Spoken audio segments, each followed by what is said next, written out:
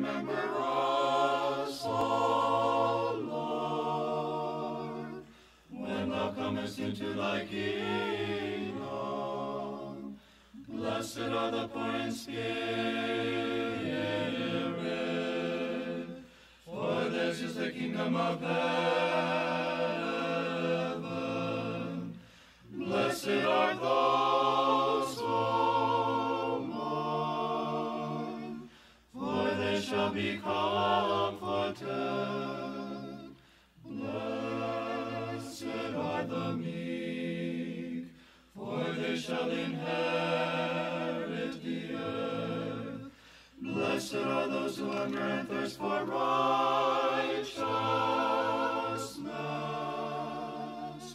for they shall be filled. Blessed are the merciful,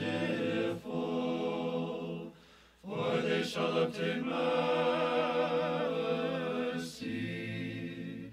Blessed are the pure in heart, for they shall see God.